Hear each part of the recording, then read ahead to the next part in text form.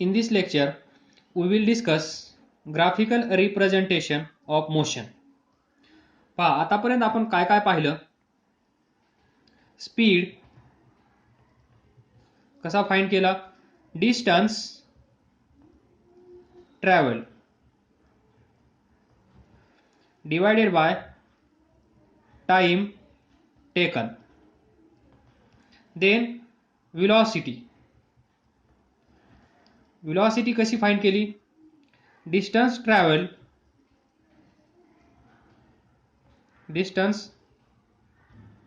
travel divided by time taken. पहा दोघांमध्ये फरक काय आहे. Distance travel speed is scalar quantity, velocity is vector.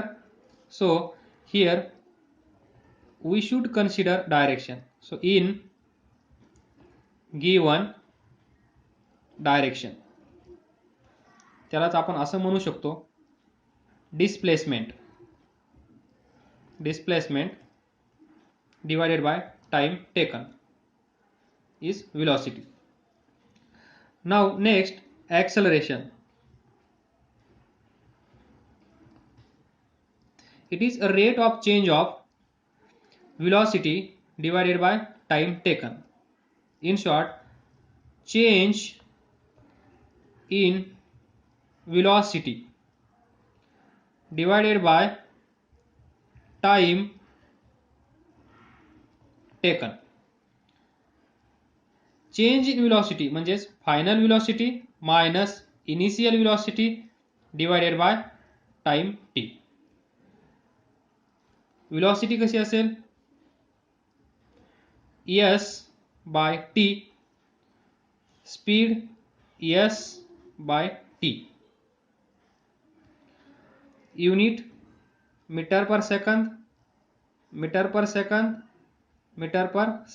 Square. तर पहा हे फॉर्म्युले यूज करून आपण त्या बॉडीचा स्पीड काढला, त्या बॉडीची velocity काढली, त्या बॉडीचं ॲक्सेलरेशन काढलं. Now we will use graphs to find this.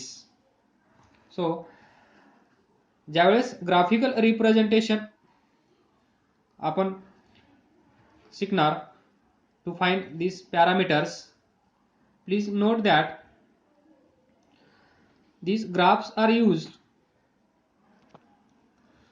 to find speed. This graphical representation is used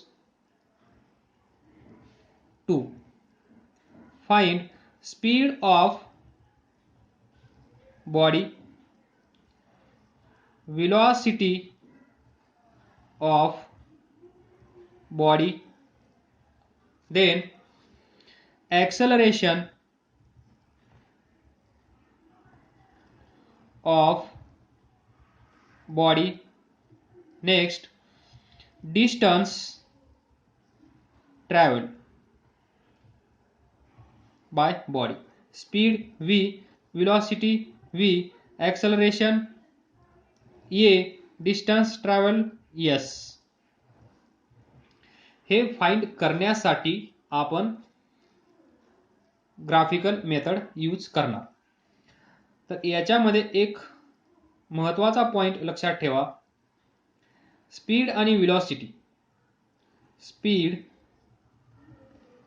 and velocity. velocity vector quantity आहे, स्पीड स्केलर क्वांटिटी आहे. तरी पण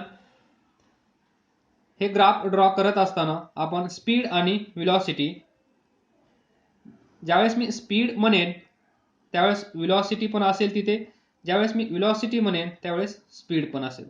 ज्यावेळेस displacement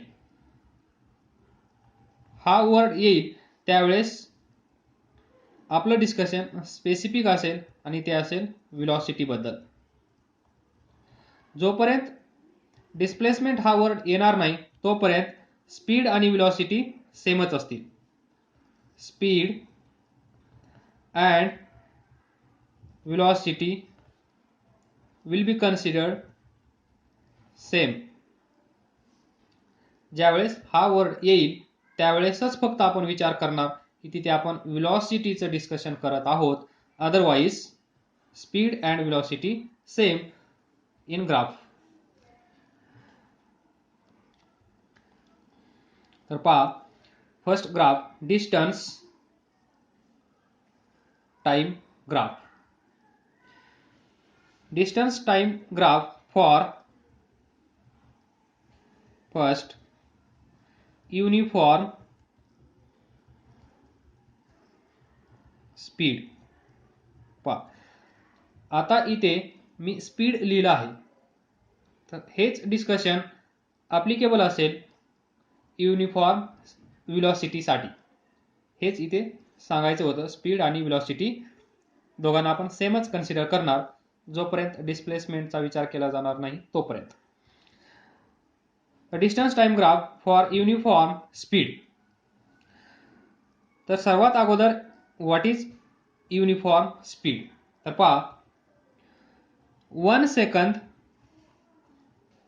2 metre distance, then 1 second 2 meter distance, then 1 second 2 meter distance, then 1 second 2 meter distance. पहा, पहिल्या सेकंदामध्ये ती body 2 metre distance travel करत आहे.